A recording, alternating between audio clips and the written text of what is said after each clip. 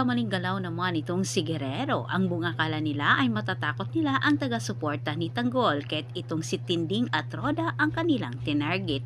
Ngunit hindi batid ni Guerrero na kanilang ginagawa ang siyang magtulak kay Tanggol para ito ay lumabas at sila ay harapin. Walang nagagawa itong si Tinding at Roda para ipagtanggol ang kanilang sarili nang sinugod naman sila sa mga lispo na kakampi ng mga Guerrero. Samantala, kumilos naman itong si Mando para mailabas itong si Pongkay sa kulungan. Habang wala itong si Rigor sa presinto, abala sa pagtugis kay Tanggol, sinamantala naman ito ni Mando upang makausap itong si Pongkay. Inaalam ngayon ni Mando kay Pongkay kung alam ba dito saan ang lunggang pinagtataguan ni Tanggol. Sabi ni Mando na gusto umano niyang makausap itong si Tanggol dahil si Tanggol lang umano ang bukod tanging pag-asa para itong si Pongkay ay makalabas sa kulungan. Maya-maya lang nalaman din ni Mando mula sa kanilang kasamahan ang misyon na inatas ni Rigor sa kanila, ang tugisin itong si Tanggol.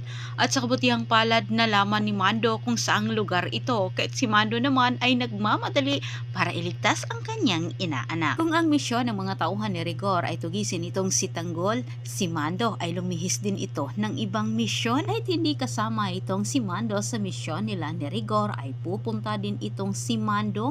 Gusto ni Mando na maunahan niya itong si Rigor, maipaalam kay Tanggol ang bitag na inihanda ni Mando. Tilang itong si Mando ang makasalubong nila Tanggol at Ramon habang hinahanap nila Tanggol ang kanyang mga kaibigan si Enteng. Maraming salamat sa panonood. Antabayan ninyo sa susunod kong update.